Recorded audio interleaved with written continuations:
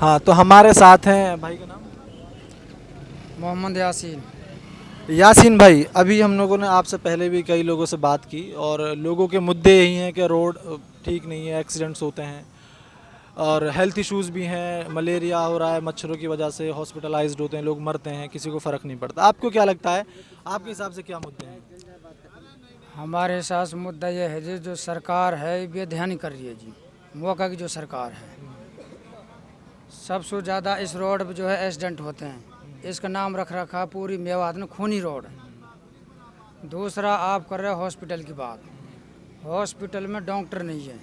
आप कभी भी हॉस्पिटल में जाकर देखना, वक्त पे जो है टाइम पे डॉक्टर नहीं मिलेंगे आपको, और डॉक्टर मिल गए तो दवाई नहीं मिलेगी।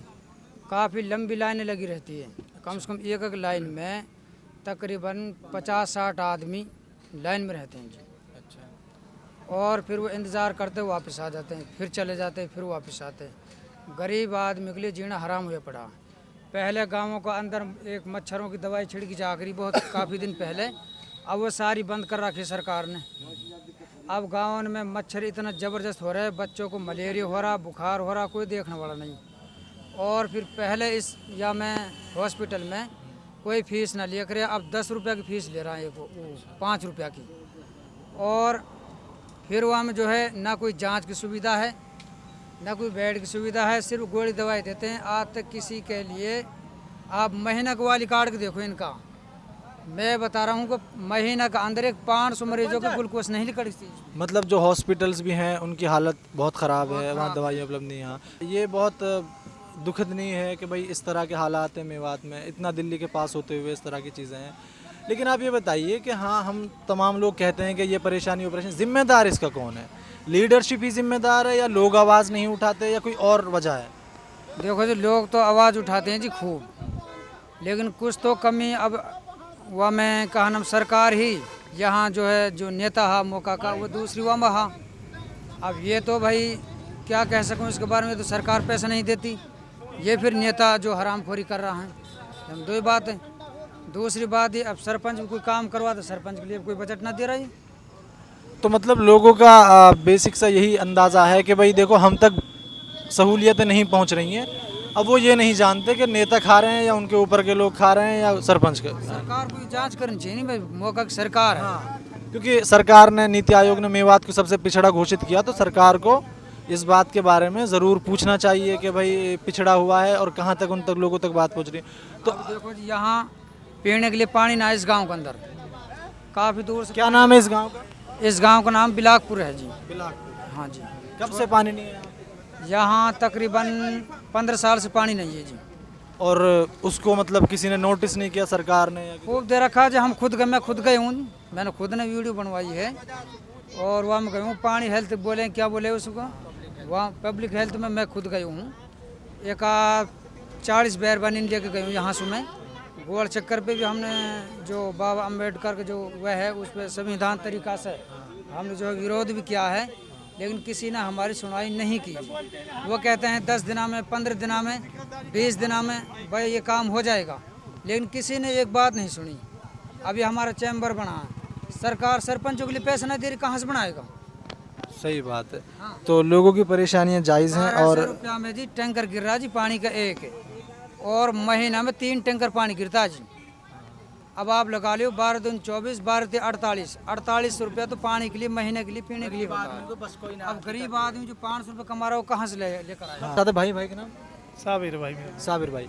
साबिर भाई, आप तो देख रहे हैं कि हर आदमी परेशान है मेवात का, और सबसे नीचे मेवात विकास की दर में है। क्या लगता है वजह क्या है? वजह ये है भाई, एमएलए दलाल अल्लू दे दिए पैसा, दलाल अल्लू पैसा मिल जाए भाई, एमएलए दे दिए और वोटर ने ले जाए, नुकता हर रोड बनवा देंगे, पानी भी लगवा देंगे, यहाँ भी करवा देंगे और वहाँ भी करवा देंगे। अरे एक हमारा कॉलेज आयो ही फार्म में बहन चो भी कैंसिल करवा दियो। और रोड भाई खूनी बड़ो पड़ो, रोज ही माँ आदमी मर रहा है रोड पे। 4 लाइन रोड हो जाना चाहिए।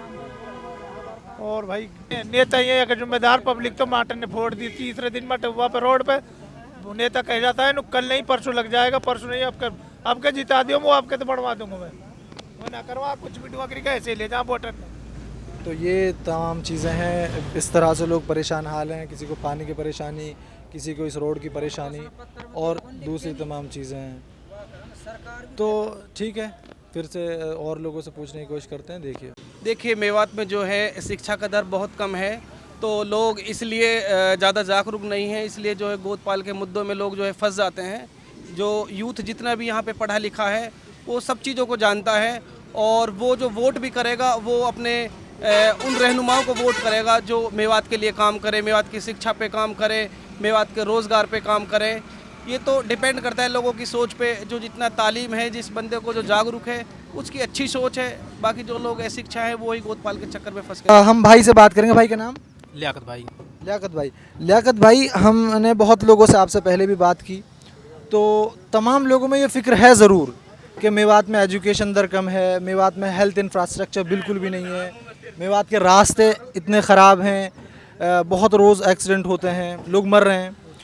उसके बावजूद ऐसी क्या वजह है कि मेवात में ऐसी लीडरशिप या तो नहीं है, या फिर मेवात के लोग आखिर में इलेक्शन में जा कर के उन लोगों को नहीं लेकर आ पाते जो विकास कर सकें?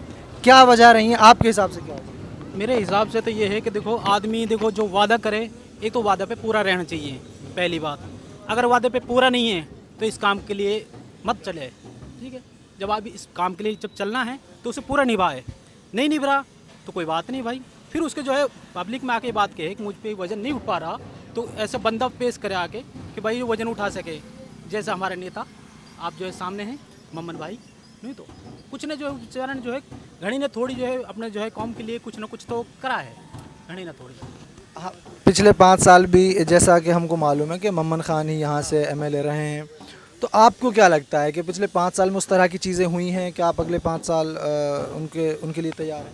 नहीं बिल्कुल, देखो जो अच्छा आदमी होता है तो उसके लिए तो कुछ ना कुछ तो देखो हमारी जो इंसानियत बढ़ती है करने के लिए, ये हमारा फ़र्ज़ है, नहीं तो जाहिर में ये एक जो को कुछ भी ना तो बल्कि इंसान के हिसाब से, इंसानियत के हिसाब से आदमी पेश होकर रहना चाहिए, ज़्यादा भी कुछ। बाकी वो उनके हाथ में है, देखो क्या करते हैं क्या नहीं करते। देखो लोगों के पास एक विज़न भी है, लोग चाहते भी हैं कि बदलाव आए, लोगों में एक फ़िक्र भी है, और तमाम तरह की चीज़ें देखने को मिल रही हैं जब बात करते हैं पिछले भी। लेकिन यह है कि ये तभी पता चलेगा जब इलेक्शंस के रिज़ल्ट आएंगे कि लोग किस में अपना यकीन दिखाते हैं और किस तरह की लीडरशिप को चुनते हैं।